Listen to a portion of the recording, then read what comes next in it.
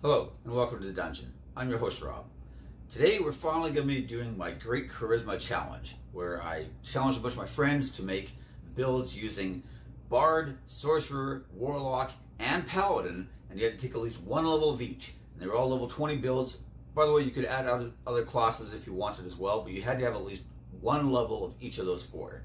So these builds weren't meant to be like serious, I'm going to play this build exactly as presented in this video. Hopefully there'll be some like interesting concepts or ideas that you can take away. But because of the fact that I'm forcing them to each use 4 different classes, you can tell some of them maybe like Bard or something might be just tacked on just because they were forced to have Bard, right? So, you know, I think that a lot of times there might be a core concept here that's good, but really I just wanted to see some crazy outside of the box thinking, right? And I think a lot of times as players, and I know I definitely fall into this trap, we fall back on things that we've tried before that have worked well, and we don't necessarily experiment as much as we probably should, right?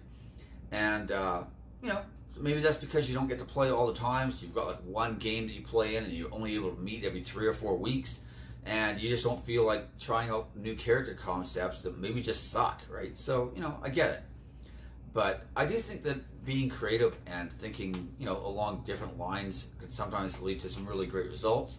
So that was kind of what I was thinking about in this video, and just because I thought it'd be fun. Also, I am considering the idea of running a one-shot with my friends and forcing them to each play the characters that they made for this. I think that'd be kind of fun. So altogether, there's 5 videos, including the one, or 5 builds, sorry, including the one I made myself. And I was pretty happy. There was a lot of variety. Originally, the concept was we were all going to get together and I was going to do like a round table, and that each person would present their build and I'd get to ask them questions about like, why did you include this or that or whatever. Not to critique it, just to, you know, explore the thought process a little more, right? But logistically, that just did not seem to be working out. We got people on day shift, night shift, and people with like family stuff going on right now, and I didn't want to keep pushing the video back week after week, month after month potentially, especially because, you know, 3 months from now it still might not be any better and we still might not be able to get everybody together, right? So instead I just talked to people about it and then got them to text me whatever final details I needed. Some people were very specific, some people were less so. So we might have to fill in the gaps in a few, but I'll tell you when something was like my addition versus theirs, right? Anyways, enough preamble. Let's just jump into the video, and you know, I'll present 5 different builds, and I'm hoping that in the comments section a lot of you will leave your own ideas for this. Just how would you make a level 20 character combining each of those 4 classes or more, right? And also I should mention a couple of guys, I didn't ask them if I could use their names, so I won't. It probably would have been okay, you know, we're all friends, but just in case I won't include their names. But a couple of them I know it's not a problem, so those ones I will include. Anyway, so up number 1 is my friend Troy, who's totally cool with me using his name. And I thought Troy had an interesting idea here. He wanted to make like just a really burst, like Nova type of character, where he's just going to run into combat and just drop a bunch of his spell slots on smites. And he didn't really care about casting spells very much. He just wanted to do a lot of smiting and just burn down like 1 target or 2 targets in that opening round of combat. And I kind of like that idea. So he actually started with 6 levels of fighter and took Battlemaster Fighter and used that as the core chassis that he built the character on. And that will give him proficiency on Constitution saving throws, which of course gives him proficiency on Concentration saving throws, which I don't think he even cares about because he clearly didn't plan on casting a lot of spells that would require concentration. And that's fine, by the way. So he's got 6 levels of fighter. He didn't tell me what order he was going to take the classes in, so I'll just present them as he texted them to me. So after that, he has 3 levels of rogue. He didn't mention a subclass for rogue, but I'm just going to suggest that swashbuckler or something like that might be a good fit, allowing you to, you know, still make sneak attacks even if you don't have an ally within 5 feet of you. And that way, if you went early in the round, it's not going to, you know, hurt you at all, right? And I think it's a nice mix anyways. 2 levels of Paladin, mostly for smites and for a fighting style, I guess. 5 levels of Sorcerer. Again, he didn't name a subclass. I don't know that the subclass is going to really matter here much. So, you know, feel free to take whatever liberties you want with it. I think that if you wanted to cast more, a couple of Tasha's options have the expanded spell list, which is quite nice. If you just wanted to maybe throw down like a green flame blade or a booming blade, or I guess it would have to be green flame blade, then draconic or something, and taking like gold or red and trying to get the, you know, theme thing going there, fire, you know, get the resistance. Maybe, why not?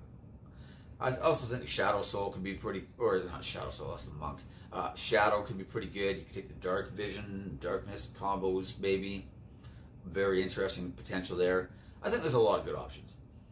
He took 2 levels of Bard, and specifically said that he wanted to take expertise between the Bard and the Rogue with things like Stealth and with Thieves' Tools. So one thing I kind of wanted to mention here that I think is kind of interesting about this build is I just assumed all 3 of the pillars of play are going to be important to some people, but a lot of people really just focus on combat, and that's kind of unfortunate. Part of it's the design of the game, though, to be honest. The combat pillar just tends to occupy the most amount of danger. If your character's going to die, it's probably in combat. But, you know, I think this is a character that can perform very well in all 3. You've got the fighting capabilities.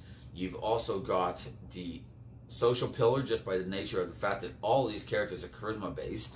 So you're going to be at least decent in the social situations. But this character is going to be wearing like light or medium armor, I'm presuming. He's going more dex based, and taking expertise in stealth means that you're actually going to be pretty good in that pillar as well. So I think that's a very interesting concept. For the 2 levels of Warlock, he didn't give me a subclass. I would actually recommend Fiend, though, in this case, because you're dual wielding all the time, and because he wants to go dex. I don't think that the Hexblades being able to use Charisma is as much of an advantage. It's still not bad. You could use Charisma on your main hand and Dex on your offhand, right? That's fine, because you've only got the 1 patch weapon, of course. But you're also not going to be able to use the Hexblade's Curse much, because your bonus action is always going to be spoken for, generally at least, with, you know, your offhand weapon attack. So I think that Fiend, you get a killing blow, you get some temporary hit points. It's not a lot of temporary hit points, because it's not going to be scaling at all, because you only have 2 levels of Warlock. But, you know, it's still better than nothing, and I'm not sure which one of the other subclasses would give you more with only a 2-level investment. Whereas I think Fiend, at least, you know, getting some temporary hit points, even if it's only like 5 or whatever every round. Every time you kill somebody, 5 temporary hit points. You know, you get hit for 20, oh well, I just took 15. Oh, I killed another guy, 5 more temporary hit points back. You know, it's not bad. Anyways, on to the other things. So, like I said, his bonus action is mostly going to be used for offhand attacks. You do have 3 ability score increases at Fighters 4, 6, and Sorcerer 4. So that's 3 potential feats, or whatever else you wanted there too as well. He's only got a total of 8 caster levels. 5 of them from the Sorcerer, 2 from Bard, and then his 2 Paladin gets cut in half and rounded down, of course, because it's half caster, so that's only 1. So that's a total of 8. The 2 Warlock levels are actually counted separately, because that's going to be Pact Magic. So he will have 2 first-level Pact Magic spell slots as well from Warlock, which will be coming back on a short rest. He's going to max out at 4th-level spell slots, but only have 3rd-level spells as Sorcerer, and every other class is actually even lower. So again, not really looking to cast a lot of spells, but potentially smiting a lot. And because he has Action Surge, you could, you know, assuming he hits on every attack in the round, maybe he has to use Precision Attack or something like that, or maybe he trip attacks, gives himself advantage, and then attacks with advantage on that target on every attack. Well, assuming he hits, you know, you could be attacking twice, offhand for a 3rd attack, Action Surge for 2 more bonus, or for 2 more main hand attacks, like, and you could be potentially dropping 5 smites in a single round. That's a lot of damage, even if you're looking at a lot of, you know, 2nd, 3rd level spell slots, you know, 1st, 4th, whatever, right? But that's potentially a lot of damage. So I really liked the idea of this build. I liked the fact that it was kind of a stealthy build, and that he kind of knew what he was looking for. It wasn't like, oh, I'm going to try to be a bit of everything. It's like, no, I'm just going to smite a lot at the first beginning of the fight, try to drop one or two of the enemies and just reduce the amount of incoming attacks, and still be able to perform well on all three pillars of play. Very interesting character, I thought. Moving on, number 2.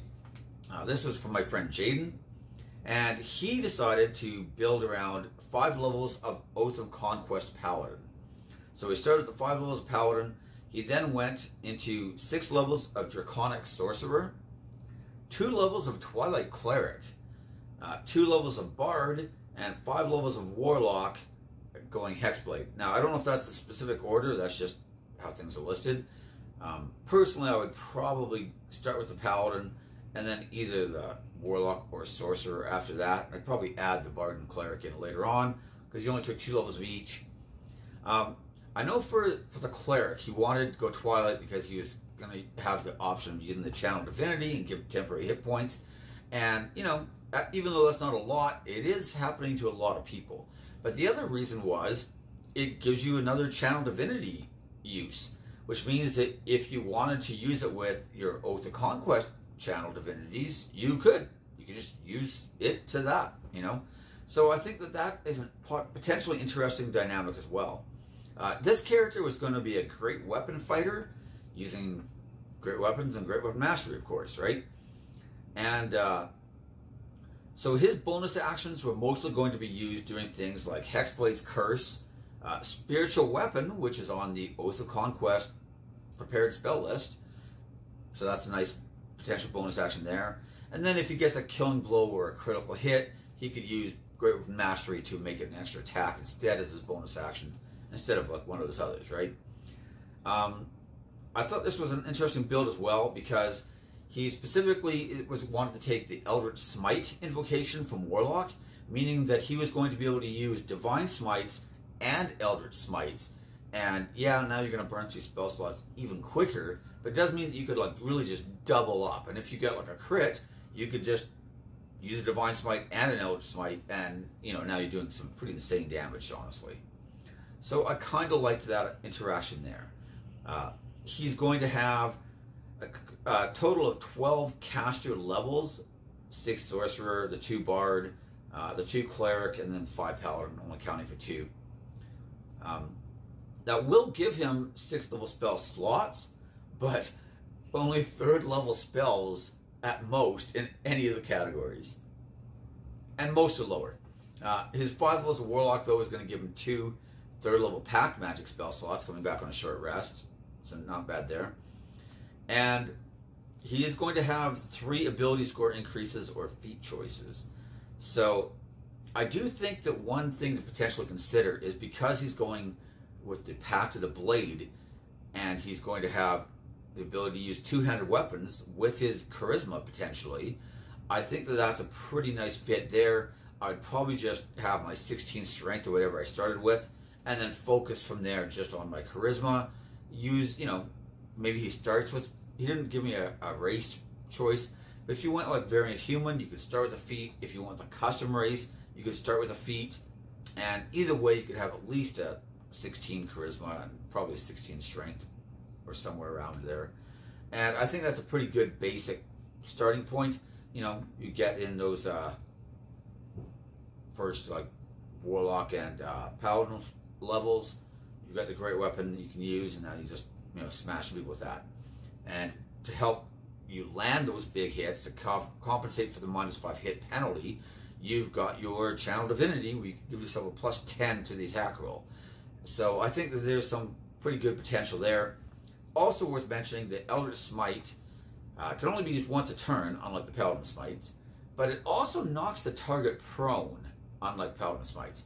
So you could even do something like that. You could knock a guy prone with an Eldritch Smite, maybe just using a low-level spell slot even, and then follow that up with your attacks with advantage using Great Weapon Mastery, and then if you get a crit, then you just drop a Paladin Smite.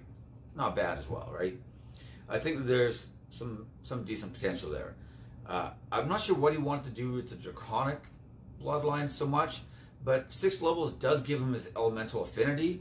So now it's not just a cool theme. You could actually, you know, potentially be making something from that if you're using, like I said, Green Flame Blade or something. I think there's some potential there. Moving on to the next build. I think that was kind of an interesting build as well. I like that we've had a 2-weapon fighting build and a great weapon fighting build so far. And now we're about to have another 2-weapon fighting build. So, co-worker A, I'll just call him because I didn't get his permission to use his name. He went with 6 levels of College of Swords Bard as the basic starting point. And this gave him the 2-weapon fighting style and gives him his extra attack around. And of course, you know, Bard stuff. 2 levels of Paladin, 1 level of Warlock, and went Hexblade, so he can use Charisma for his main hand. And then 11 levels of Sorcerer. And he didn't tell me what Sorcerer, but I am going to suggest that I think Divine Soul would be a great fit here, because he's going to have a combined total of 18 caster levels, which means he's even going to have 9th level spell slots. He's only going to have 6th level spells at most with Sorcerer, and then 3rd one Bard, right? 1 with Warlock, 1 with Paladin. You know the drill by now. But it does mean that he's got a lot of spell slots and some fairly high level spells for a character with 4 classes, right? And I like the idea of being able to pick up a few of the really choice Cleric spells. I'm probably not going to take a lot of them. I'm just going to take 1 or 2 here or there. But you know, like quicken casting a Bless is really nice, because now I can quicken cast Bless and I get the benefits in that first round of combat. Quicken casting is something like a heal spell on a downed ally. You know, you think healing word's good, giving them back D4 plus your spell mod hit points, give them back 70 hit points as a bonus action. That's even better. You know, being able to twin spell a heal is pretty nice as well. So I do think there's some really nice options that you can make there with that type of character. So yeah, like I said, 18 total caster levels, 6 from Bard, 11 from Sorcerer, 1 from his 2 levels of Paladin. He's only got the 1 first level spell slot from Warlock on a short rest, but you know, that's okay. He's also getting the Hexblade's Curse. You're probably not going to be using that a lot because, like I said, he is going to be going with 2-weapon fighting. But it is there, so you know, maybe if you're in a fight against one really powerful foe and you think he's probably going to have a ton of hit points, you could do that in the first round, and then in all the subsequent rounds, you just use your offhand for the attack, right? So I think there's some potential there. You're also going to be potentially quickening some spells, at least I would anyway, so that might compete with your bonus action, but I don't think that's terrible either. He didn't give me a Paladin fighting style. Obviously, 2-weapon fighting is coming from his Bard. You're also going to have your Blade Flourishes. I probably should have mentioned those as well, but you know, whatever. But if you went with like medium armor or whatever, then I think defensive fighting stuff, Paladin is going to be a solid pickup as well. So hard to go wrong there. Either way, I thought this was a really fun build too, because unlike all the other ones, this one really kind of goes into the idea that I can be a caster. And because you have those 11 levels of Sorcerer, you actually have a pretty decent number of sorcery points, where a lot of these guys really don't, right? So you can actually be quickening a few spells here and there, or 20 a spell here or there, right? You can also take like that 9th level spell slot, or 8th or 7th even, which you don't have any spells that you are of that level, right? You've got 6th level spells, that's it. But you have 7th, 8th, and 9th level spell slots. Well, you can either upcast your spells, or you could smite with a couple of your low level spell slots, then convert those high level spell slots into sorcery points, and convert those sorcery points back into low level spell slots to replenish all your smites. And I think that's a very interesting option for a character like this.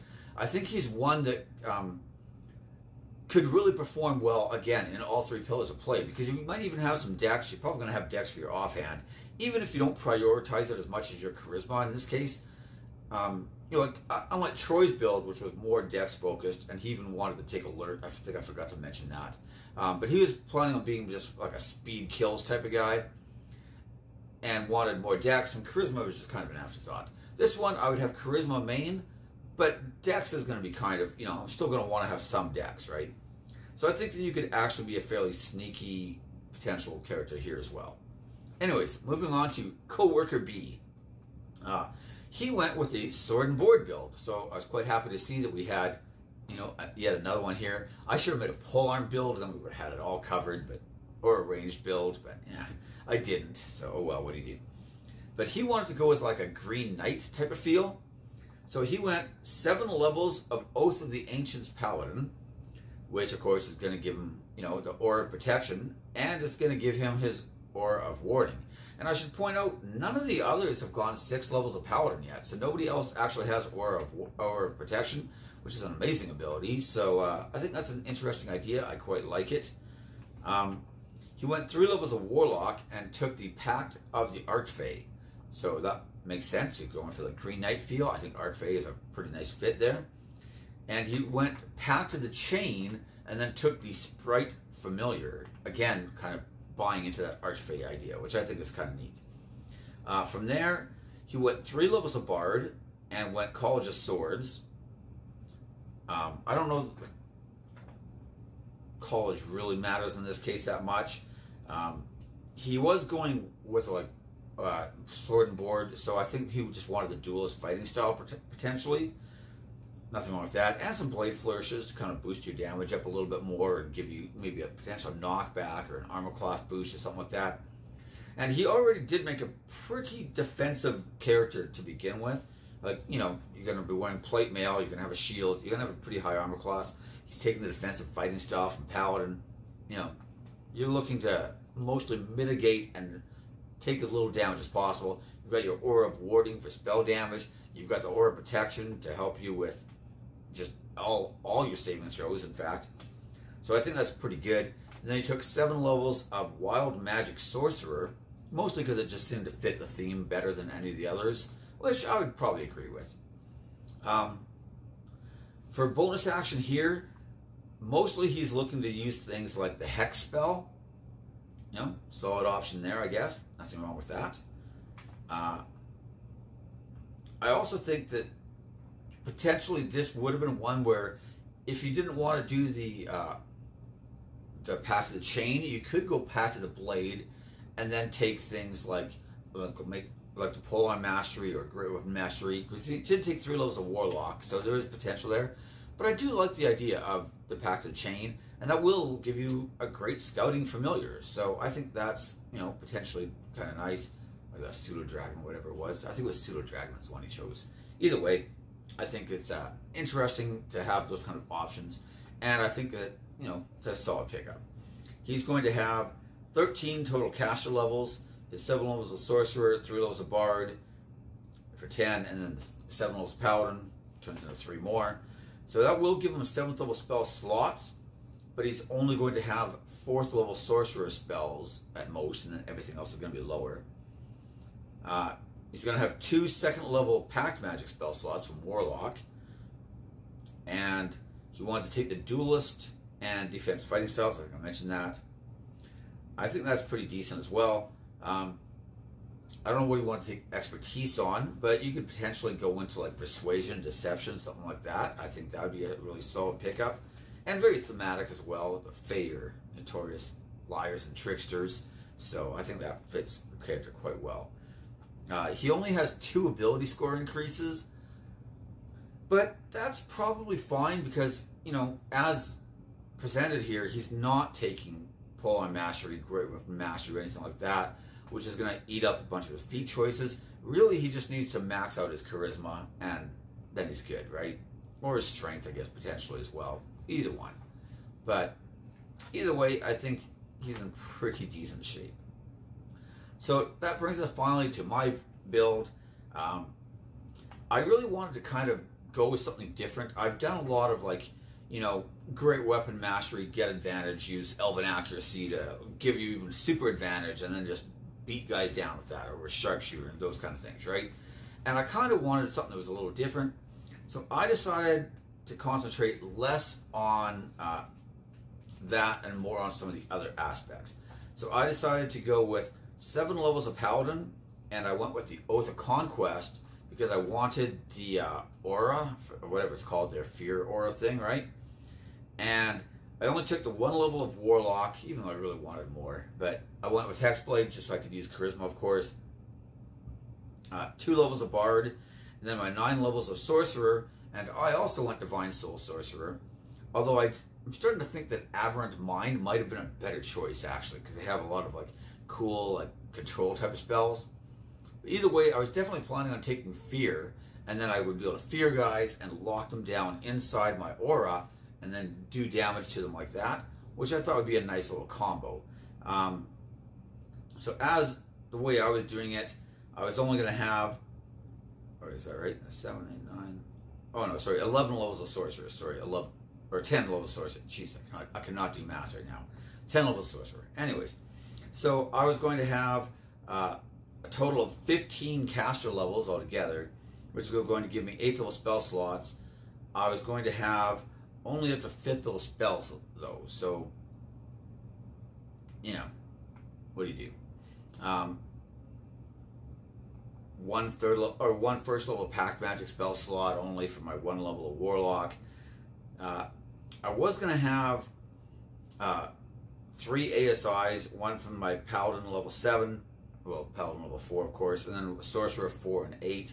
I do think you could go 1 less level of Sorcerer and take 1 more level of Paladin though, if you really wanted the extra feat, which I don't think is a bad option at all, right? I think that's pretty viable. That would give you 4 feet or build a score increase potentially. And mostly I was going to be looking to try to like just lock guys down inside my fear aura, do some damage that way, while also just, you know, hitting them and smiting them and stuff. And I was probably looking to just go sword and board as well and make a fairly defensive character. I think that those are all pretty strong options. As far as just things in general, I wanted to mention, I think spells like Armor of Agathis, which is going to be available to every one of these characters since they all have at least 1 level of Warlock, they really start to shine when you have some of these characters that are maybe like using dual wielding and stuff, and they're actually getting hit quite a bit. But I also like it on the ones with more sorcerer levels where you could quicken cast something, because then you don't necessarily have to have it set up in advance. Yes, Armor of Agathis lasts a long time, lasts an hour, no concentration, so you could have it already in play, but a lot of times you don't know the fight's coming, and being able to quicken cast that in the first round isn't a bad option, especially if you can use like a 4th or 5th level spell slot, and it's actually going to be absorbing a lot of damage and potentially doing a lot of damage as well. But the only problem is that if you're wearing full plate armor and using a shield, you don't get hit that much, so it doesn't really get to do all the cool effects that you were hoping from it. But if you're dual wielding and you're wearing light armor or something like that, then guaranteed it's probably going to get your mileage out of it. And in fact, the mileage might run out in the first round of combat potentially. But, you know, hey, at least it did something then. Anyways, those are the different builds we had. So that's pretty much everything I had to present for that. I did want to say that I'm really looking forward to reading the comment section and seeing other people's builds and seeing like what they did with it and you know, what combinations they used. I think there's a lot of really fun potential here. I would like to do similar videos to this in the future at some point. I want most of my videos to be more practical than this one, but you know, every now and then it's nice to just do something kind of weird and different, right? But I will definitely try to get some sort of like round table video in the future if we do this kind of thing again. It's just that I already promised this one and I didn't want to keep delaying it, so I'm like, yeah, whatever, I'll just present it as is, and they can just sit there and listen to me talk for 30 or 40 minutes or longer, just like they usually do. But it would have been nice to have something different, I think. Anyways, that's everything. Hopefully you still enjoyed the video even though you're forced to listen to me the whole time. Feel free to like, subscribe, ring the bell for notifications, and most importantly, leave your comments in the comment section. I always say that, and I always love reading your comments, but I especially look forward to the comments in this video because I would love to see what people have to say for their ideas for their build. All right, thank you very much. See you next time. Bye.